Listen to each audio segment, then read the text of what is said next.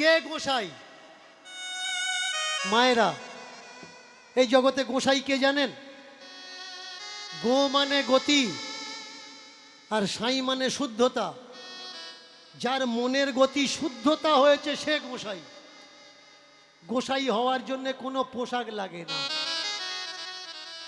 গোসাই হওয়ার জন্য মাথায় জট তৈরি করে লাগে না।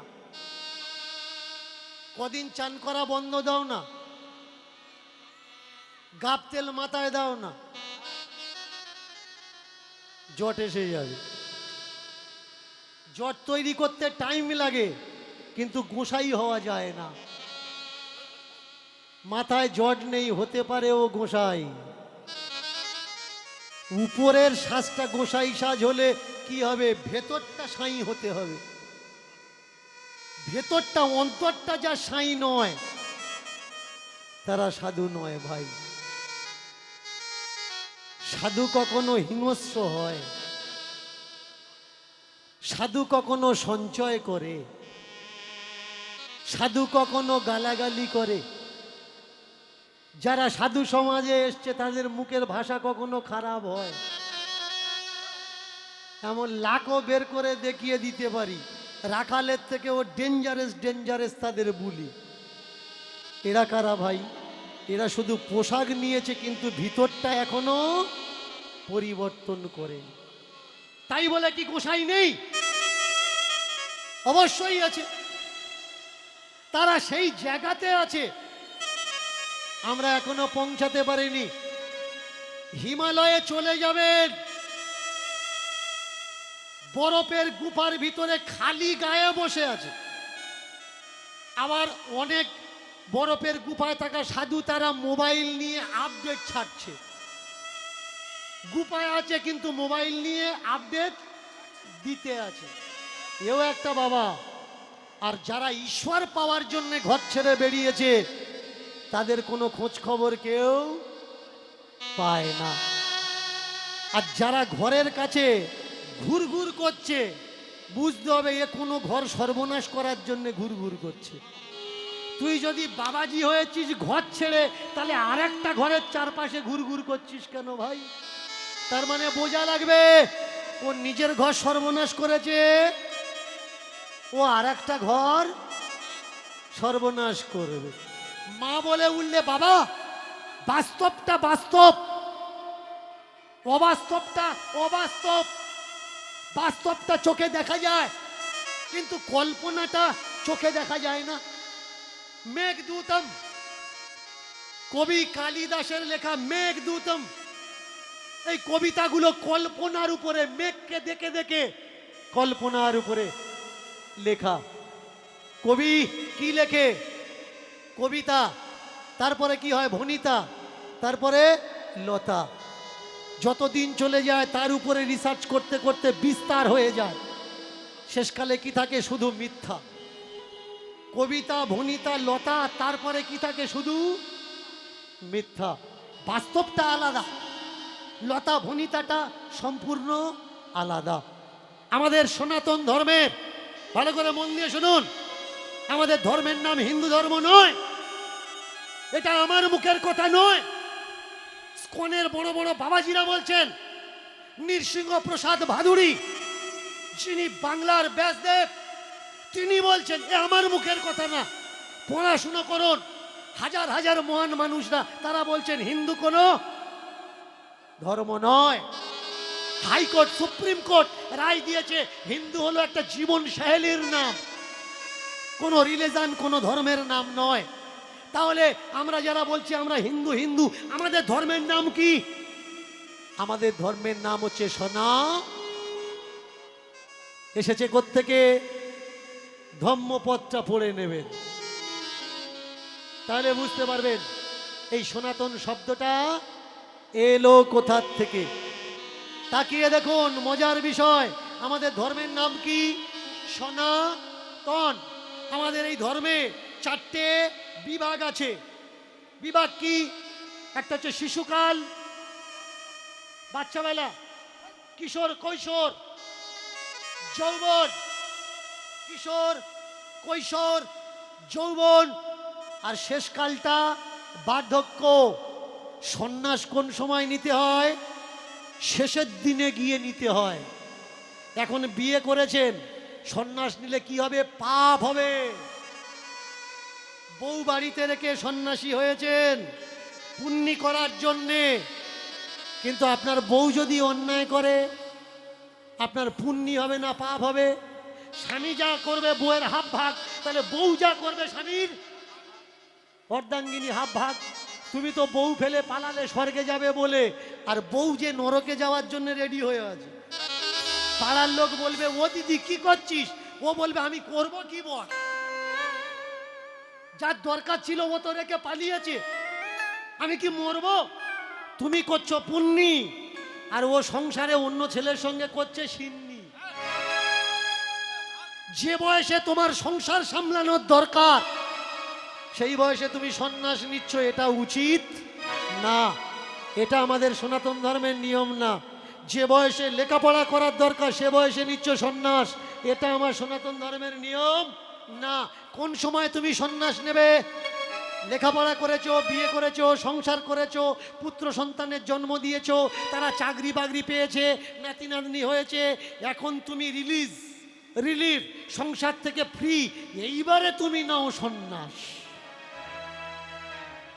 তাহলে সন্ন্যাসে মঙ্গল হবে।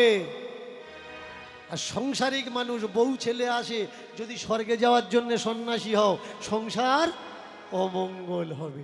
কর্তব্য করা লাগবে, কর্মটা আগে বুঝা লাগবে। জীবনের 4টে মার কোন কোন স্টেজ? মহাভারত খুলুন। ধৃতরাষ্ট্র কোন সময় সন্ন্যাস নিয়েছিলেন? কুরুক্ষেত্রের যুদ্ধের পরে। সন্ন্যাসের সাথী কে কে হয়েছিল? গান্ধারী আর কুন্তী। আগে বোঝা লাগবে ভাই, সন্ন্যাস কোন সময় নেয়?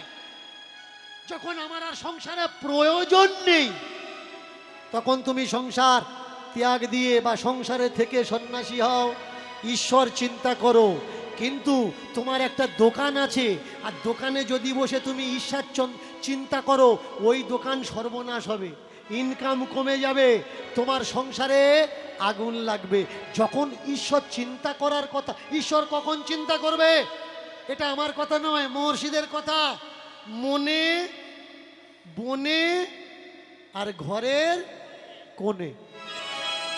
মেনে চলুন, একটা গাড়ির ড্রাইভার গাড়ি চালাচ্ছে, আর চালাতে চালাতে তার 8-9 জন প্যাসেঞ্জার গাড়িতে বসে আছে।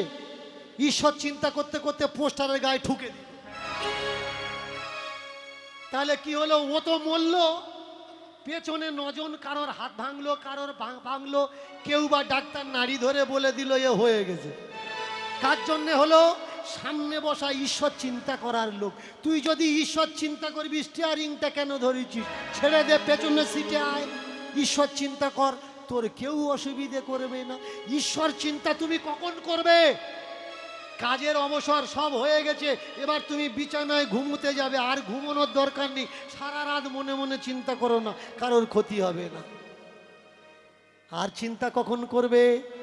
সব কর্তব্য যখন করা হয়ে যাবে, শেষ জীবনে পারলে ঘরে থাকো, না পারলে বনে যাও।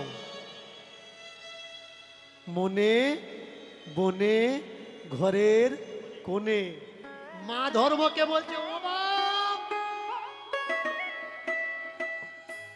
তোর কে বলেছে তাকে পেতে বাড়ি ছাড়তে হয়? ও বাবা, বাড়ি ছাড়তে হয়। তোকে কে বলেছে তাকে পেতে বাড়ি ছাড়তে হয়? তোকে বাড়ি ছাড়তে হয়। তোকে কে বলেছে তাকে পেতে বাড়ি ছাড়তে হয়? বাড়ি ছাড়তে হয়। তোকে কে বলেছে তাকে পেতে বাড়ি ছাড়তে হয়? বাড়ি ছাড়তে হয়। সে আছে তো সবার মাঝে, এক জায়গাতে নয়, এক জায়গাতে নয়। সে আছে সবার মাঝে, এক জায়গাতে নয়, এক জায়গাতে নয়। ও ভাই, সে আছে তো সবার মাঝে, এক জায়গাতে নয়, এক জায়গাতে নয়। সে আছে সবার মাঝে, এক জায়গাতে নয়, এক জায়গাতে তোকে কে বলেছে তাকে পেতে বাড়ি ছাড়তে হয়, বাড়ি ছাড়তে হয়। তোকে কে বলেছে তাকে বাড়ি ছাড়তে হয়, বাড়ি ছাড়তে হয়। ওমা, ওই বাবাজি বলেছে, বলতো দেখি, যারা তোকে বোঝাচ্ছে, ভালো করে কথাগুলো মন দিয়ে শুনবেন, যারা তোকে বোঝাচ্ছে তাকে পেতে গেলে বাড়ি ছাড়তে হয়, তারা কেন বাড়ি ছেড়ে তীর্থে বাড়ি বানায় হায়, তীর্থে বাড়ি বানায় হায়। আর তারা কেন বাড়ি ছেড়ে তীর্থে বাড়ি বানায় হায়, বাড়ি বানায় হায়। তারা কেন ঘর বাড়ি ছেড়ে তীর্থে বাড়ি বানায় হায়, তীর্থে বাড়ি বানায় হায়। তারা কেন বাড়ি ছেড়ে তীর্থে বাড়ি বানায় হায়, বাড়ি বানায় হায়। ঈশ্বর পেতে ওরা তোমায় বলল করতে হবে কষ্ট। ঈশ্বর পেতে গেলে কি করতে হবে? ঈশ্বর পেতে গেলে ওরা তোমায় বললে করতে হবে কষ্ট। বর্ষায় ভিজে রোদ্দুরেতে শরীর করো নষ্ট। আর বর্ষায় ভিজে রোদ্দুরেতে শরীর করো নষ্ট, বর্ষায় ভিজে রোদ্দুরেতে শরীর করো নষ্ট। ঈশ্বর পেতে তোমায় নাকি করতে হবে কষ্ট। বর্ষায় ভিজে রোদ্দুরেতে তুমি শরীর করছো নষ্ট। বুঝতে পারলে না কি করছো, তোমায় শত ছি। বুঝতে পারলে না করছো কি, তোমায় শত ছি। যারা তপস্যা করবে বলে বাড়ি ছেড়েছিল, ঘরে লাগালো এসি, তারা লাগালো এসি। লাগালো এসি, তারা লাগালো এসি, লাগালো এসি, তারা লাগালো এসি। লাগালো এসি, তারা লাগালো এসি। দিন রাত্রি বিজ্ঞানকে যারা দিচ্ছে গালাগালি, দিন রাত্রি বিজ্ঞানকে যারা দিচ্ছে গালাগালি, বিজ্ঞান পারবে না। ভগবান যা পারে তা বিজ্ঞান পারবে না। তাদের জিজ্ঞাস করে দেখো, যে প্যান্টুলুনটা পরে আছো বিজ্ঞান তৈরি করেছে তার বাঁধার দড়ি। যদি বিজ্ঞান না মানো তাহলে গাছের পাতা পরে ঘোরো, গাছের পাতা পরে ঘোরো, গাছের পাতা পরে ঘোরো। গাছের পাতা পরে ঘোরো। কেন বিজ্ঞানের অবদান বহন করো, তুমি গাছের পাতা পরে ঘোরো, বিজ্ঞানের অবদান বহন করো। গাছের পাতা পরে ঘোরো, বিজ্ঞানের অবদান বহন করো। গাছের পাতা পরে ঘোরো। ওরা তো বুঝেছে, কিন্তু তুমি বোঝনি ভাই, তুমি বোঝনি। তুমি বোঝনি ভাই, তুমি বোঝনি। ওরা তো বুঝেছে, তুমি বোঝনি। ওরা তো বুঝেছে, তুমি বোঝনি। ওরা তো বুঝেছে, তুমি বোঝনি। ওরা তো বুঝেছে, তুমি বোঝনি। ওরা বলল পেতে গেলে স্বর্গ করতে হবে দান। সোনা টাকা পয়সা জমিও তাতে মহান, সর্বস্ব দিয়ে তুমি হলে ভিখারি। সেই দান নিয়ে ওরা রাজা হলো, তোমার সম্পদ করছে চুরি। ওরা তো জানে কিন্তু তুমি জানো না, তুমি জানো না ভাই, তুমি জানো না। ওরা তো জানে কিন্তু তুমি জানো না, তুমি জানো না ভাই, তুমি জানো না। শিক্ষা দিচ্ছে কে? ধর্মকর্মের মা। আর ধর্ম আর কর্ম মায়ের মুখের দিকে তাকিয়ে আছে। ধর্মকর্মের মা বলছে, শোন বাবা, তুই যদি বুঝতে শিখিস তোকে কেউ ঠকাতে পারবে না। গুরুদেব এলো তোমার বাড়ি, তুলে দিলে চাল ডাল, তুলে দিলে টাকা করি। গুরুদেব এলো তোমার বাড়ি, চুলে দিলে চাল ডাল, দিলে টাকা করি। তার বিনিময়ে গুরুদেব দিল হাত তুলে, আশীর্বাদ দিল মুখে কটা কথা বলে। আশীর্বাদ দিল মুখে কথা কথা বলে, আশীর্বাদ দিল মুখে কথা কথা বলে। এর নাম করে গুরুদেবের তুমি বললে ভাবলে বিপদ গেছে কেটে, কিন্তু মালপত্তরের পুডলিখানা গুরুদেব নিল এবার এটে ভাইরে, নিল এবার দিল এবারে যে ভাইরে, দিল এবারে যে, দিল এবারে যে ভাইরে, দিল এবারে। তোমার দেওয়া চাল ডাল চলে ওর সংসার, তাহলে বলো দেখি ওই ঈশ্বর সব থেকে আগে কার দরকার? ধর্ম ব্যবসায়ী গুরুদের নাকি তোমার আমার মতো অজ্ঞানী ভক্তদের?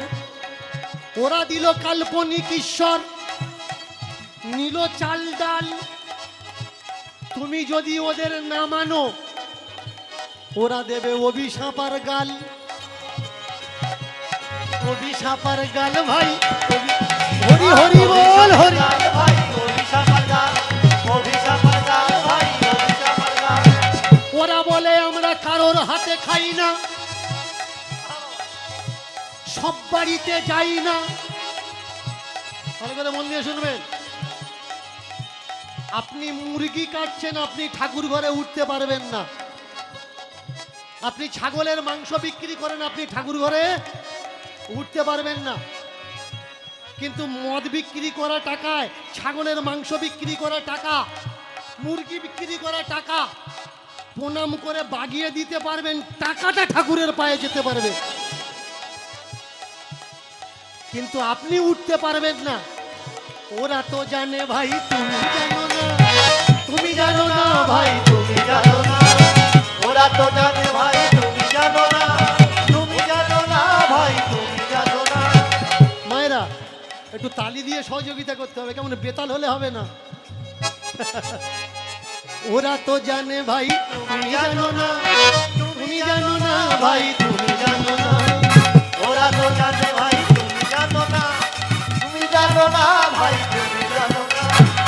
গুরুদেবে এলে বলে দিলে বসতে আসুন, বাড়িতে ছিল নতুন ধুতি, বললে পর গুরু বসন। ভগবান ভাবা মানুষটাকে করলে তুমি যত্ন, যাওয়ার সময় নুটে নিয়ে গেল তোমার খাটা খাটনির রত্ন। ও শুধু দিল মুখের কথা, ওতে কি মিটবে তোমার ব্যথা? যে কাজ করার তোমার কাজ করতে হবে, যেটা খেটে খাওয়ার তোমার খেটে খেতে হবে। ওদের কথায় যদি কারোর মঙ্গল হতো, তাহলে আমাদের দেশে কি করুণা নামক রোগ ঢুকতো। ওরা তো জানে ভাই, তুমি জানো না, তুমি জানো না ভাই, তুমি ওরা তো জানে ভাই, তুমি জানো না, তুমি জানো না ভাই, তুমি জানো না। ঠাকুর যদি আমাদের জীবনে দরকার হবে, কারোর আস্থাতে আঘাত দিয়ে কথা আমি বলছি না, আমি বাস্তব সত্য তুলে ধরছি। যদি কারোর শোনার হয় শুনবেন, না শোনার হয় বা না ভালো লাগে চলে যাবেন, কোনো আপত্তি নেই। ঠাকুরের যদি হবে এত দরকার, করোনার সময় কেন বন্ধ করে দিল মন্দির আমাদের সরকার? কেন প্রার্থনা করতে দিল না? কেন বাবা মাকে ছুলো না, ছেলে বাবাকে ছুলো না? একে অন্যের থেকে দূরি। কতজনে হাত ধোয়ার মাল বেচে মানুষের টাকা করলো চুরি। প্রথমে খোলার দরকার ছিল মন্দির, মদের দোকান খুলে গেল। একদিনে আরব খরব টাকা সরকারের ঘরে ঢুকলো। ওরা তো জানে ভাই, তুমি জানো না, ওরা তো জানে ভাই, তুমি জানো না, ওরা তো জানে ভাই, তুমি জানো না। ওরা তো জানে ভাই, তুমি জানো না। যারা বলছে আমরা অদীক্ষিতের হাতে খাই না, যারা বলছে আমরা অদীক্ষিতের হাতে খাই না, ও যদি অসুস্থ হয়ে ভর্তি হয় কোনো হসপিটালে বা মেডিকেলে বা নার্সিং হোমে, সারা জীবন যে অদীক্ষিতের হাতে জল খায়নি, নার্স যখন সেলাইনের জল ভেতরে ঢোকাবে, ও কি নার্সকে জিজ্ঞাসা করবে, এমা তুই দীক্ষা নিচ্ছিস? ওরা তো জানে ভাই তুমি জানো না, তুমি জানো না ভাই তুমি জানো না। ওরা তো জানে ভাই তুমি জানো না, তুমি জানো না ভাই তুমি জানো না। ওরা তো জানে ভাই তুমি জানো না, তুমি জানো না ভাই তুমি জানো না। ওরা তো জানে ভাই তুমি জানো না, তুমি জানো না ভাই তুমি জানো না।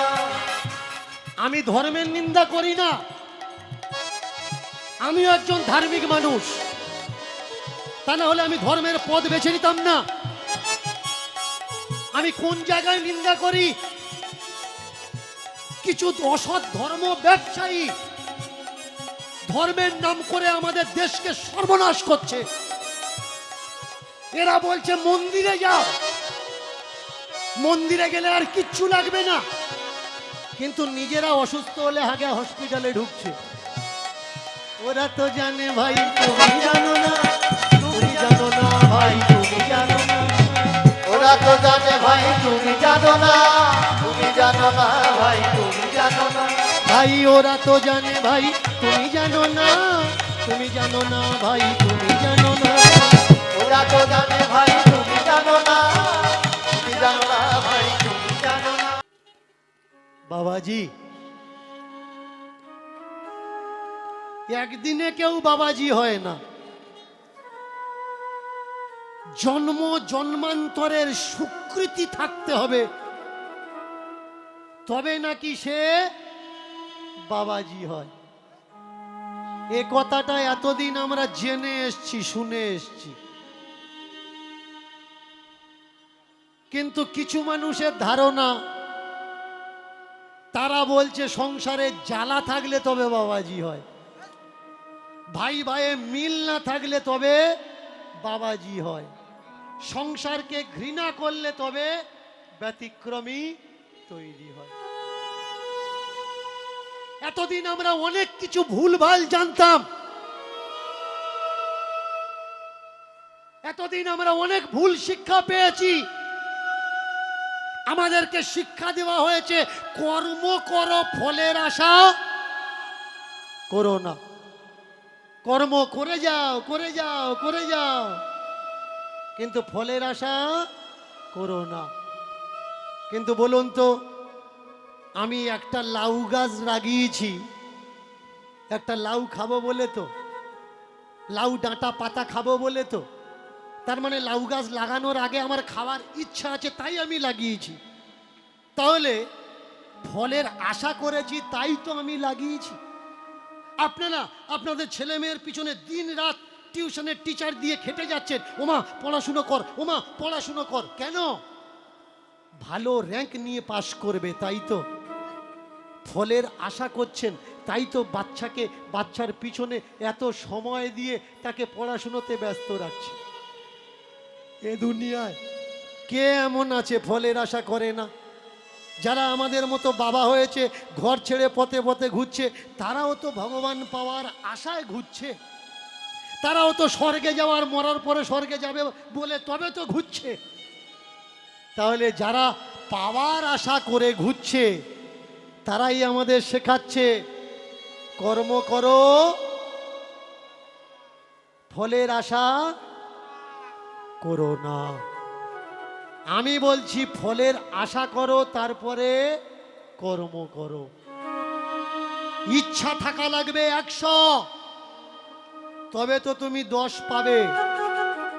যদি 2টো শূন্যও বাদ যায় তবুও তুমি 1 পাবে। আর ইচ্ছা যদি না থাকে, ফলের আশা যদি না থাকে, ও কর্মকে কর্ম বলা হয় না। এগুলোকে আগে বুঝতে হবে। একটা হচ্ছে বিশ্বাস কর্ম, আর একটা হচ্ছে যুক্তিবাদী কর্ম। তুমি বিশ্বাস করছো মানে কারোর উপরে ডিপেন্ড করছো, হে ঈশ্বর তুমি আমাকে রক্ষা করো, তার মানে তুমি বুঝে গেলে ঈশ্বর তোমাকে রক্ষা করবে। তার মানে তুমি তোমার ব্যক্তিত্ব, তুমি তোমার সত্তা হারিয়ে ফেললে। আর তুমি যদি মনে করো আমি রক্ষা করব আমাকে, তাহলে তোমার ভিতরে কোনো কাল্পনিক ঈশ্বরের ক্রিয়েটিভিটি দেখা যাবে না। আগে বুঝতে হবে কল্পনা কি, আত্মবিশ্বাস কনফিডেন্স কি। কল্পনা আমাদের অসম্ভব জিনিসকে কল্পনা করায়, কিন্তু আত্মবিশ্বাস কনফিডেন্স আমাদের বাস্তবের সঙ্গে পরিচিতি ঘটায়। ও বাবাজি, তোমাদের দেশে কি সবাই এমন? তোমরা কি এমন পোশাক পরে ঘোরো? বাবাজি বললে, দেশ কটা জানিস? দেশ কটা জানিস? কটা দেশ? আমরা তো মনে করি আমাদের এই দেশ, আর ভৌগোলিক ম্যাপ অনুসারে আরো দেশ আছে। বাবাজি বললেন, না, এ দেশ তো বাস্তব দেশ।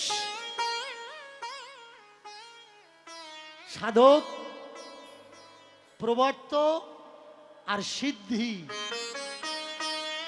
সাধক, মায়েরা মনে রাখবেন, সাধক, প্রবর্তক আর সিদ্ধি।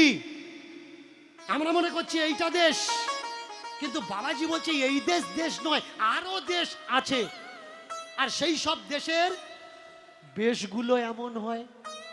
আচ্ছা, চমৎকার চমৎকার।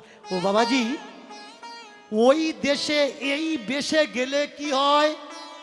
বললে, শোন, জন্মিলে মরিতে হবে, অমরকে কোথা কবে।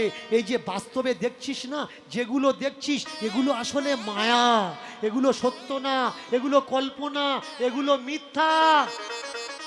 আচ্ছা, এগুলো কল্পনা, এগুলো মিথ্যা, এগুলো সত্য না। তাহলে সত্য কোনটা? শোন, ঈশ্বর সত্য, শাশ্বত। সেই ঈশ্বরকে পেতে গেলে মায়া ত্যাগ দিতে হবে, তবে তুই ঈশ্বরকে পাবি। এই সংসারের বাবা মা, এ তো মায়ার বাবা মা। ওই যে উপরে যে আছে ঈশ্বর, ওইটি তো আমাদের অরিজিনাল বাবা মা। ও পরম পিতা, এ যদি পিতা হয় ও পরম পিতা, ইনি যদি মাতা হন উনি পরম মাতা। উনি আমাদের সব। আর এই জগতে যা কিছু দেখছো এ কিছু মিথ্যা। ধর্মের তখন মনে মনে হচ্ছে, তাহলে আমার বাবা মাটা আসল বাবা মা নয়, আর একটা বাবা মা আছে যেটা আসল বাবা মা। ও গোসাইজি, সেই বাবা মাকে আমি দেখব কি করে? যতদিন এ বাবা মার কাছে আছিস ততদিন সে বাবা মা পাবি না। ত্যাগ দাও, মায়া করা বন্ধ করো, মোহ করা বন্ধ করো, তবে তুমি তাকে পাবে। আর তা না হলে তুমি তাকে হারাবে। চমৎকার বিষয়। মানুষের ব্রেন ওয়াশ করতে বেশি টাইম লাগে না যারা বোকা হয়। কিন্তু আমাদের সমাজে এখনো এমন কিছু লেখাপড়া যারা ছেলে মেয়েরা আছে, বুঝে পাই না তাদের যে ব্রেন ওয়াশটা কিভাবে হয়ে গেল। কিছু মানুষ আছে তাদেরকে অতি সহজে ব্রেন ওয়াশ করা যায়। এইভাবে তাদেরকে ব্রেন ওয়াশ করা হচ্ছে যে যে তোমার ধরেছে, কর্ম করিয়েছে, তোমাকে লালন পালন করেছে, এ বাবা মা আসল বাবা মা নয়। আসল বাবা মা আর একজন আছে। সেই কাল্পনিক বাবা মার দিকে ঠেলে দিলে বাড়িতে ফিরে এলো, কিন্তু মনে তার শান্তি নেই, চঞ্চলা মনোভাব। বাড়িতে এসে খায় না, ঘুমোয় না, শুধু চিন্তা করে। বুঝতে পারে তার মায়, মা জিজ্ঞাসা করে, বাবা ধর্ম বল তোর কি হয়েছে? তুই কি কোনো ব্যথা পেলি, কষ্ট পেলি? কেন বাবা মুখটা তোর শুকনো? মায়েরা, এই জগতে মুখ দেখে দুঃখ বুঝতে পারে কে বলুন তো? মা। আর একজন আছে, সে কে? বউ। এই জায়গায় কিন্তু অশান্তি করলে হবে না। মারও যতটা পাওয়ার আছে ছেলের মন বোঝার, বউয়েরও অতটা পাওয়ার আছে তার স্বামীর মন বোঝার। কারণ মাও নারী, স্ত্রীও নারী। নারী শক্তি বলে যদি কিছু থাকে তাহলে প্রত্যেক নারীর সে শক্তি আছে। আর সেটা হচ্ছে সিক্স সেন্স, ধরে নেওয়ার একটা সিস্টেম, যেটা ছেলেরা পারে না। ধরে নাও, এখানে লাল মতো কি একটা লেগে আছে, কোথায় গেছিলে? লাল হলো কেন? তুমি যখন গেছিলে এখানে তো কোনো লাল দাগ ছিল না, কাদের বাড়ি গেছিলে? সত্যি করে বলো। তোমার খাওয়া বন্ধ, ঘুমোনো বন্ধ, গুঁতবে যতক্ষণ না বলবে। তুমি কি অশান্তি করতে চাচ্ছ? হ্যাঁ চাচ্ছি। তুমি কি সংসার ভাঙতে চাচ্ছ? হ্যাঁ চাচ্ছি। দাগ করতে কে লাগলে বলো। ছেলেদের এই সিক্স সেন্স কিন্তু কাজ করে না। কাজ করে কাদের? মেয়েদের কাজ করে। তেমনি প্রত্যেকটা মেয়ে মুখ দেখে ধরে নিতে পারে মনের দুঃখের অবস্থান আর পরিমাপ। মা জিজ্ঞাসা করছে, হ্যারে ধর্ম, আমি বুঝি তোর মর্ম, বল না দেখিবা কে দিল তোর মনে ব্যথা, খুলে দেখিব কেন তুই কষ্ট পাস বাপ, কেন চোখে জল রে তোর, কেন চোখে জল, কেন তুই কষ্ট পাস বাপ, কেন চোখে জল রে, কেন চোখে জল, কে দিল তোর ব্যথা রে বাপ, তুই আমার কাছে বল, কেন তুই কষ্ট পা, কেন চোখে জল, কে তুই, কে তোরে দিল ব্যথা আমার কাছে বল, ওরে বাপ কেন চোখে জল রে তো, কেন চোখে জল, কেন চোখে জল রে তোর, কেন চোখে কেন জল, চোখে জল রে তো,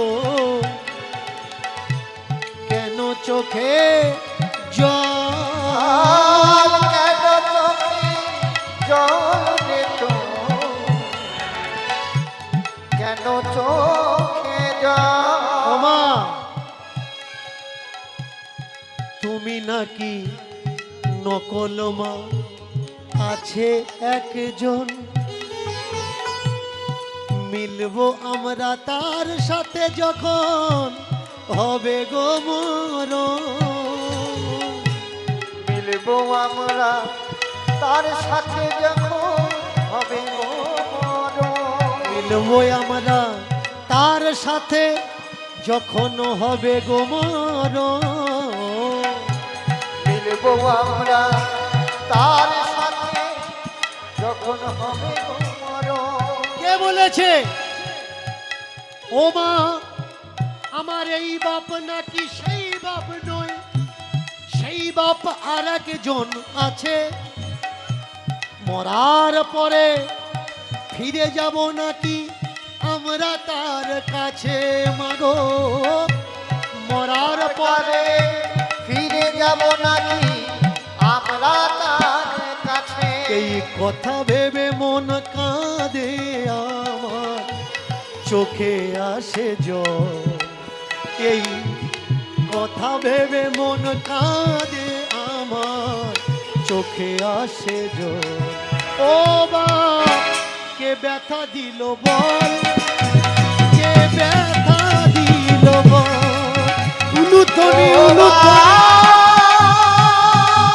কে ব্যথা দিল বল, কে ব্যথা দিল বল,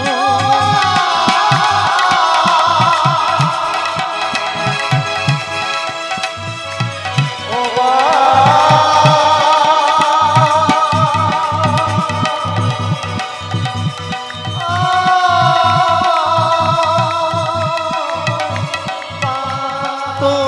ব্যথা দিল কে বল, তোর ব্যথা দিল কে বল, তোর ব্যথা দিল কে বল, তোর ব্যথা দিল কে বল।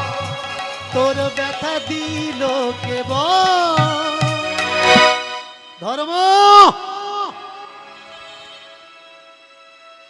কে বলেছে তোর এ কথা যে আমরা ছাড়া তোর আর কেউ আছে?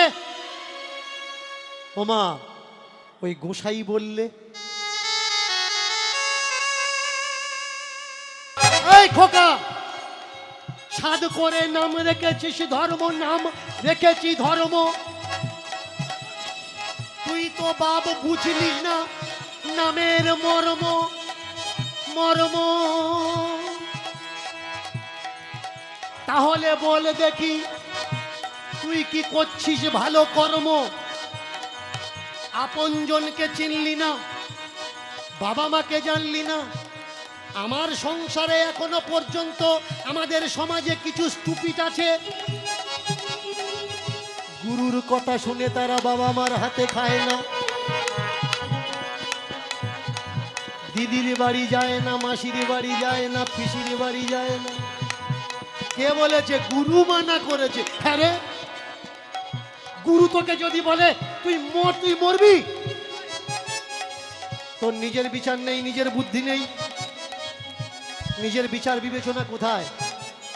যারা গুরুর উপরে নির্ভর তারাই তো সংসারে আগুন জ্বালায়। যারা নিজের বিচার বুদ্ধি দিয়ে, শিক্ষা দিয়ে বুঝে নেয়, তারা কিন্তু দেশের কোনো মঙ্গল করুক বা না করুক, অমঙ্গল করে না।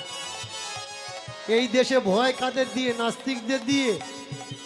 নাস্তিকদের দিয়ে ভয় নেই, ভয় হচ্ছে ধার্মিকদের দিয়ে। এনি টাইম আল্লাহু আকবার বলে মানুষ খুন করতে পারে, এনি টাইম জয় শ্রীরাম বলে মানুষ হত্যা করতে পারে। আমার প্রতিবাদ কোন জায়গায়? ধর্ম নিয়ে না, ধর্ম দ্বারা যে হিংসা করা হচ্ছে সেই হিংসা নিয়ে। এটুকু বোঝা লাগবে ভাই, আমি ধর্মের শত্রু না। আমাদের দেশে যারা ধর্মের মাধ্যমে হিংসাকে ছড়াচ্ছে, শুধুমাত্র আমি তাদের থেকে সাবধান থাকতে বলি। আপনাদের চিনুন, কার কাছে বাচ্চাকে এগিয়ে দেবেন, কার কাছে গিয়ে আপনি বসবেন, টাইম বিতাবেন, চিনতে শিখুন না। কেউ বলে দিয়েছে তবে আপনি শুনছেন। ভগবান গৌতম বুদ্ধা তিনি বলেছেন, আমি বলছি বলে তোমরা করো না। আমিও বলি, অনেকে আমার অন্ধভক্ত হয়ে গেছে। দীনকৃষ্ণ ঠাকুর যা বলবে আমরা তাই করব।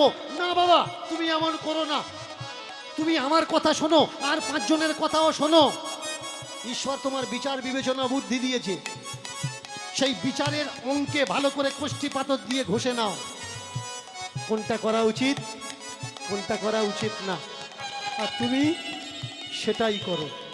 আমরা আজকের আমাদের যুব সমাজের কি হলো? জয় শ্রীরাম বলে পাগল হচ্ছে। অনেকে আমায় বলে, আপনি জয় শ্রীরাম বলতে পারেন না। না, বলবো না জয় শ্রীরাম, আমি বলবো জয় সীতা রাম।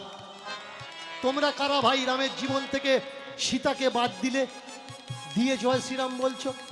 এসো না, আমরা একসঙ্গে জয় সীতারাম বলি। আমি তো বিশ্বাস করি সেই অযোধ্যার শ্রীরাম সীতাকে, আমি কোনো পার্টির রামকে বিশ্বাস করি না। এরা কারা ভাই? রামকে রাজনীতিতে টেনে নিয়ে আসলো। ওরা তো বোঝে ভাই, তুমি বোঝো না, তুমি বোঝো না ভাই, তুমি বোঝো না। ওরা তো বোঝে ভাই, তুমি বোঝো না, বোঝো না ভাই, তুমি বোঝো না। আমি অযোধ্যাপতি রামকে ভালোবাসি, সীতাপতি রামকে ভালোবাসি, কিন্তু রামের নামের থেকে সীতাকে কেউ বাদ দেবে এটা আমি ভালোবাসি না। আমি কৃষ্ণকে ভালোবাসি, রাধাকে ভালোবাসি, কিন্তু কৃষ্ণের নাম থেকে কেউ রাধাকে বাদ দেবে, রাধার নামের থেকে কৃষ্ণকে কেউ বাদ দেবে, এটা আমি ভালোবাসি না। আসুন না ভাই, আমরা সবাই মিলে রাম রাজত্ব গড়ি,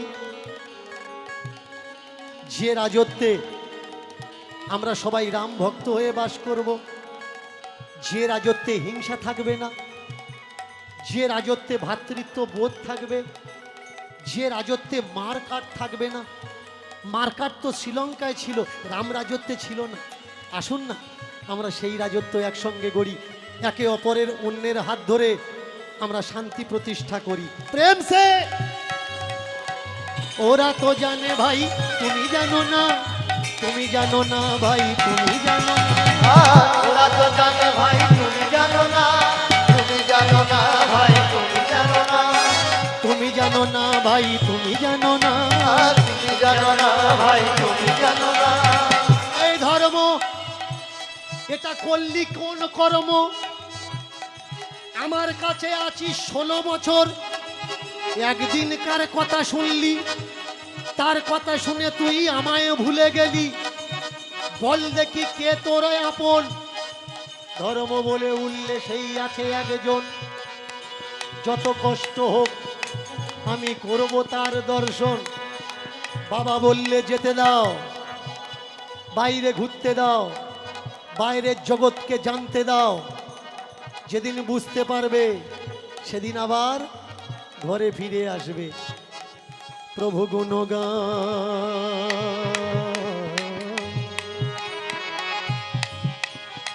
প্রভুর গুণগান করতে করতে ধর্ম বাড়ি ছেড়ে গেল বাইরে সেই গাছতলায়, যেখানে গুরুরূপী বসে আছে গোসাই। করো জোর করে বলে, ও গো গোসাই ঠাকুর, নিয়ে চলো আমার ঈশ্বরের কাছে, সে দেখি আছে কত দূর। জিজ্ঞেস করবো যদি তুমি আসল হবে, তাহলে সংসারে কেন নকল বাবা মায় আমায় দিলে? কোন অপরাধ করেছি যে আমায় তুমি দূর করে দিলে? ছোট্ট মনের নানান রকম প্রশ্ন গুছিয়ে রেখেছি হৃদয়ে সতৃষ্ণ। আমায় এবার নিয়ে চলো। ধর্ম আর বাবাজি চলেছে নাচতে নাচতে হিমালয়ের পথে। খিদে যখন পায় দুটো হাত পেতে ভিক্ষা চায়। পেতে দাও দয়া। এইভাবে কেটে গেল তার অনেকগুলো বৎসর। চিন্তা করছে ধর্ম, যার জন্যে বাড়ি ছেড়েছি, তাকে তো এখনো পেলাম না, পেলাম না, পেলাম না। ও গো গুরুদেব, সে কোথায়?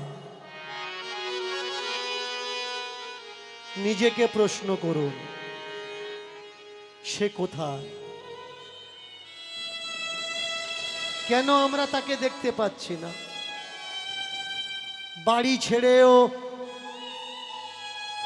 সবকিছু ত্যাগ দিয়েও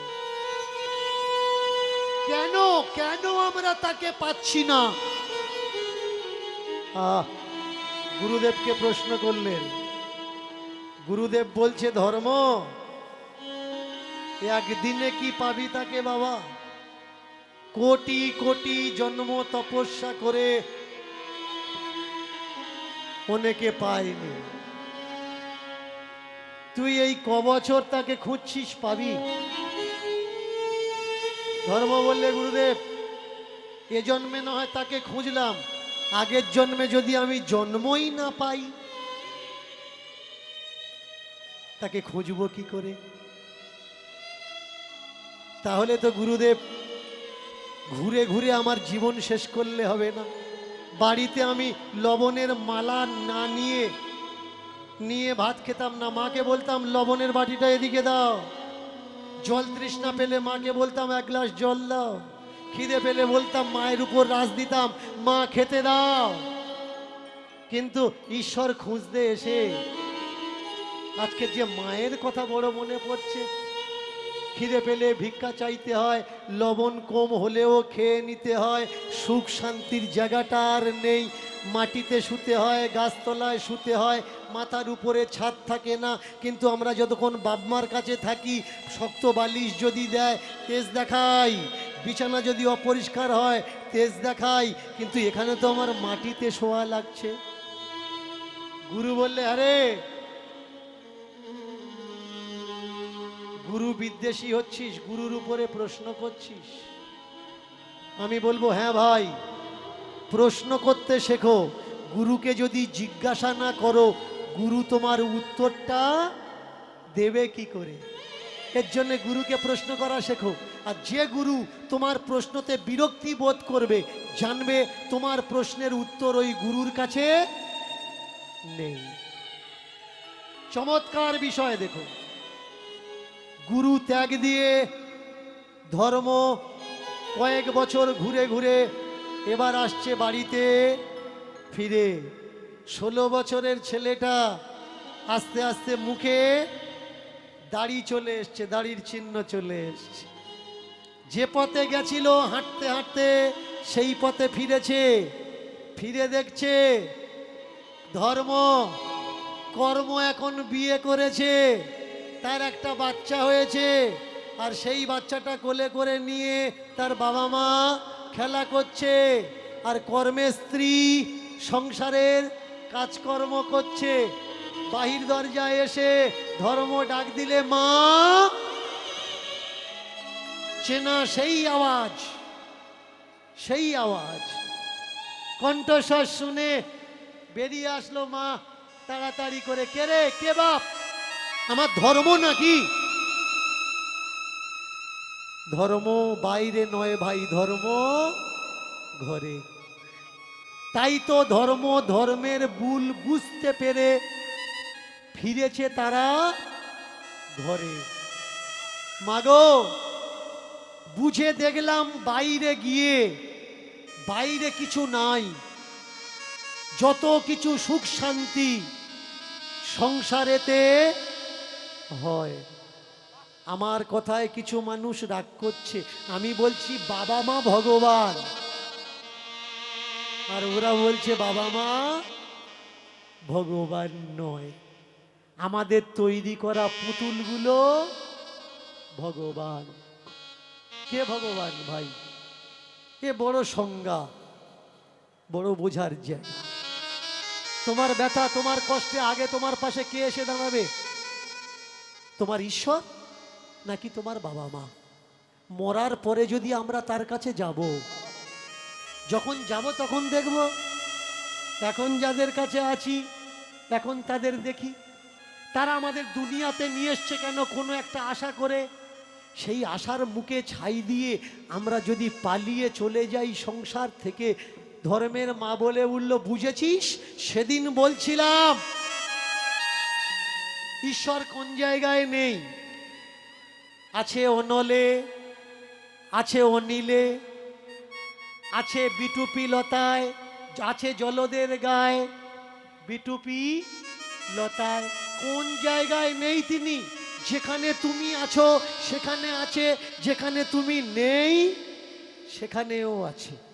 যেখানে জীব জগৎ আছে সেখানেও আছে, যেখানে জীব জগৎ নেই তিনি সেখানেও আছে। ঈশ্বর কি? কোনো মানুষের ভেতরে যদি ঐশ্বরিক চিন্তা আসে, তার ভিতরে কি হয়? যত কিছু অপবিত্র চিন্তা তা ছেড়ে পালিয়ে যায়। ঈশ্বর কি? ঈশ্বর একটা ব্যতিক্রমী নেশার মতো। যেমন যারা গাঁজা ধূম্রপান করে, যখন গাঁজা খায়নি দেখবেন সে উত্তেজিত, আর গাঁজাটা খেয়েছে, ভাঙটা খেয়েছে, সিদ্ধিটা খেয়েছে, যদি কেউ গন্ডগোল করতে আসে ওই নেশা করা লোকটা বলে দেয়, এ ভাই কেন ঝগড়া করছিস কেন? কি হবে ঝগড়া করে? কদিন বাঁচবি, কদিন থাকবো? ঠিক ঈশ্বর ভাবনাটা কি নেশার মতো হয়। দেখবেন মদ খাচ্ছে যে ছেলেটা, যখন মদ খায়নি এমনি সে দাঁড়িয়ে কারোর সামনে সত্যিটা বলতে পারছে না, কিন্তু যখন নেশা করেছে যেই থাকুক কাউকে মারছে না, দাঁড়িয়ে সত্যি কথাটা সকলের সামনে বলে দিচ্ছে কোনটা ন্যায় আর কোনটা অন্যায়। তেমনি ঈশ্বর চিন্তা যদি কোনো মানুষের ভিতরে প্রবেশ করে, তার ভিতরে আর বদ থাকতে পারে না, খারাপ থাকতে পারে না, হিংসা থাকতে পারবে না। সেই জন্যে আমি আপনাদের বলবো, অবসর সময়ে অবশ্যই নিজের ইষ্ট, নিজের মঙ্গলকে চিন্তা করবেন, নিজের ঈশ্বরের কথা ভাববেন। কারণ ঈশ্বর চিন্তায় থাকলে সংসারের বদ চিন্তা আপনাকে স্পর্শ করবে না। যে যাকে ভালোবাসেন, খাবার তৈরি করছেন, একটু গিয়ে বসেছেন, সেই সময় তার চিন্তা করুন, অসুবিধা কি? কোনো অসুবিধা নেই। আমাদের ঈশ্বর ছাড়লেও চলবে না, আবার জুড়লেও চলবে না। আমাদের সবাইকে নিয়ে চলা লাগবে, আমাদের সমাজকে, মানুষকে বলা লাগবে, ভাই অনেক সম্প্রদায় এমন আছে বিশ্বের সামনে তারা দোষী হয়ে গেছে, ধর্ম করতে গিয়ে তারা টেররিস্ট নাম নিয়েছে। কিন্তু এসো না ভাই, আমরা আমাদের শাশ্বত সনাতনকে পৃথিবীর মাঝখানে এইভাবে ছড়িয়ে দেব, আমাদের ধর্মকে মানুষ গ্রহণ করবে আর বলবে সনাতন মানে শান্তির ধর্ম, সনাতন মানে প্রেমের ধর্ম, সনাতন মানে ভ্রাতৃত্বের ধর্ম, সনাতন মানে মিলনের ধর্ম, সনাতন মানে জ্ঞানের ধর্ম, সনাতন মানে চেতনের ধর্ম, চৈতন্যের ধর্ম। সনাতনে প্রবেশ করলে জীবনে আর কিছু লাগে না। আর সেটা প্রতিষ্ঠা করতে হবে কাদের? আমাদের। উপর থেকে কেসে কেউ আমাদের এমন করে দেবে না। প্রেম সে বলুন জয় গৌর হরি বল। শাশ্বত সনাতন কি? জয় শাশ্বত সনাতন কি? জয় শাশ্বত সনাতন কি? জয়।